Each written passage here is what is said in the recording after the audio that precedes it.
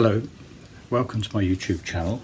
This is all about concentrating oxygen, and I guess you're here because you're interested in that subject. A lot of people have become very interested in it over the last few weeks with the lockdown and coronavirus and so on. Well, I was asked to work from home.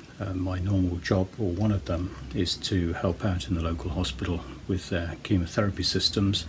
But I'm lucky I've been asked to work at home, and I don't do very many hours a week, so why not have a go at generating oxygen? It's something that I don't think will ever actually have to be used for real. I think the situation is perfectly under control. However, if things go wrong, and as I do living on an island, supply chains may become difficult, so I'm not suggesting for a minute that a home oxygen generator is going to be any commercial value, or even that it would possibly be used in a clinical situation. But having that knowledge and understanding could be helpful. It might assist the medical technicians with whatever they're going to do. It just may actually be useful to know these things. Something I was always interested in, so a couple of weeks ago I thought, well, why not have a go at building one? So just a few short notes on the design, and anybody could build one of these. It's not rocket science, believe me. If I can do it, you can do it. Essentially, we've got a high pressure supply of air running at about 100 psi, which is then regulated down to 44 psi on this gauge here after having run through the dryer column. This is then distributed to the bottoms of the tubes, comes out of the top, and then flushed back down again on the reverse cycle. Controlling the airflow is a major problem in constructing this, and I would have liked to have used a rotary valve using nylon and having a sliding arrangement with ports that would align and discharge, but I don't have access to a lathe or a machine shop at the moment, so I had to make do with electronic valves, these solenoid valves, which are operated via software using just a programmable microcontroller like an Arduino, which I've built into the back of this board here, and a little bit of software which you can write yourself. It's no big deal. So, well, I suppose I should switch it on and show you what happens. And just before I go any further, the usual disclaimer in this politically correct world where nobody can sneeze without being sued.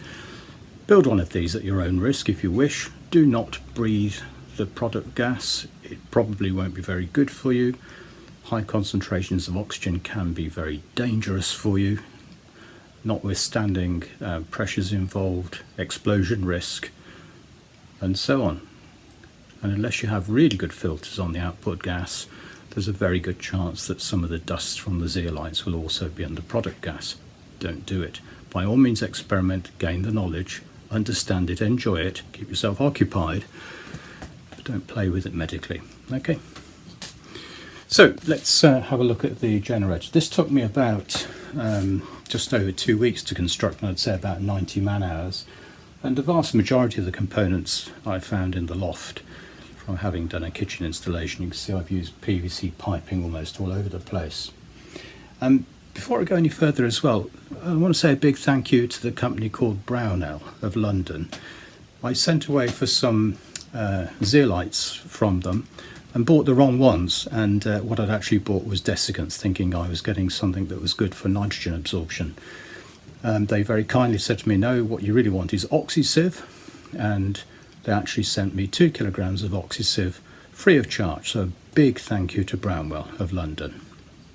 So oxygen swing pressure absorption, you probably know it because you're watching this video already, but for those of you that don't, essentially zeolites, and particularly ones which have the correct microscopic pore size, are capable of absorbing gases at certain temperatures and pressures and then releasing them at other pressures.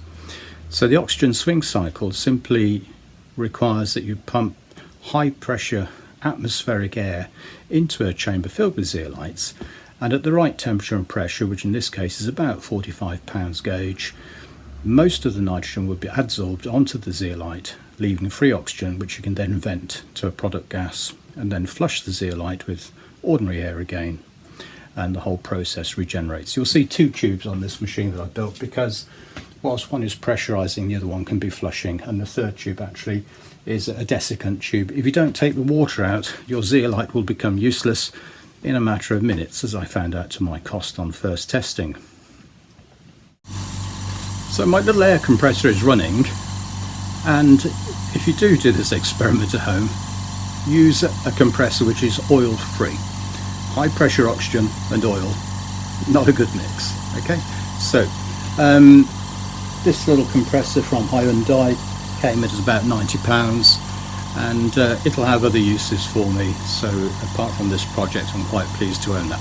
So the compressor has run up, and my pressure gauge on the reducing valve is now reading about 45 psi, so it's time to switch on the machine.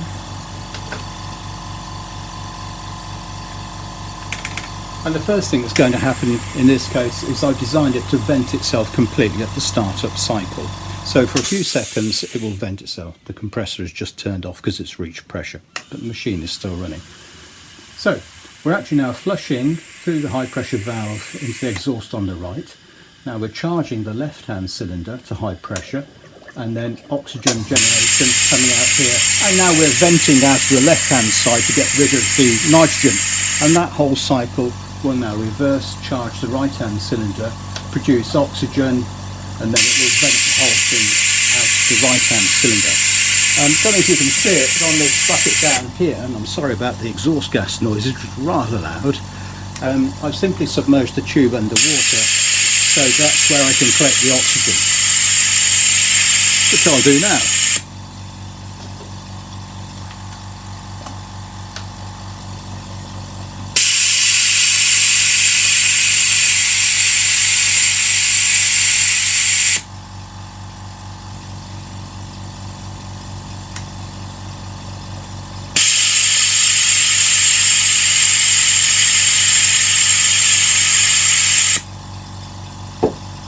Turn that off and save a bit of noise.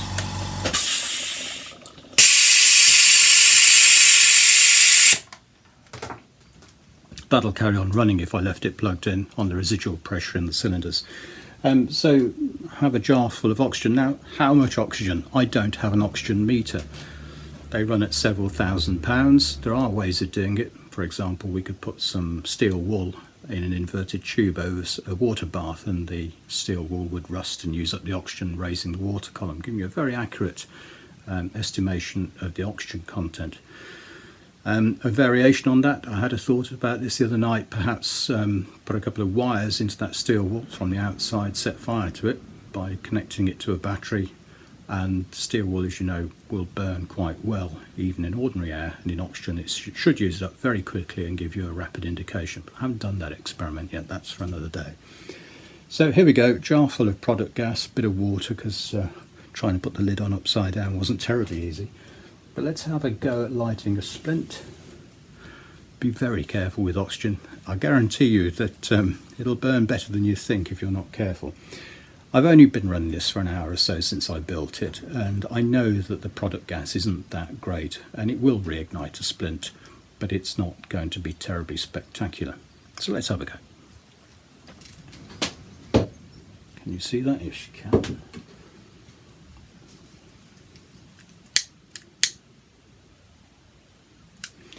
I just let that little bit of tissue paper build up to a red glow, blow it out, and pop it in the jar, see what happens.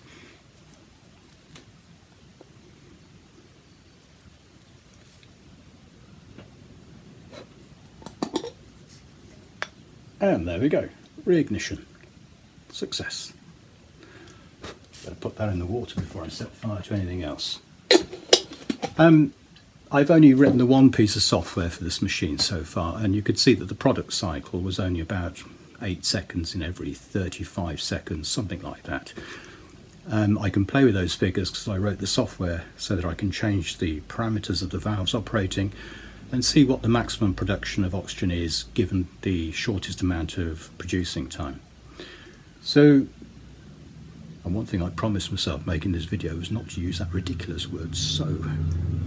Oh well, there you go. Have a go at building one. If you're interested, I'll post the details and the construction to you. Cost-wise, it came in at around about £90, excluding the compressor. If you had to buy the zeolite on top, which Brownwell very kindly donated, that would be another £65. and the compressor, as I said, was about £90. So it's a sub £300 project. The Arduino microcontroller is £4 or £5. These little valves are expensive. They're about £9 each, and a bit of tubing about a tenner, something like that. A fascinating project. I thoroughly enjoyed it. I hope you enjoyed watching my video, and thank you very much. Bye-bye.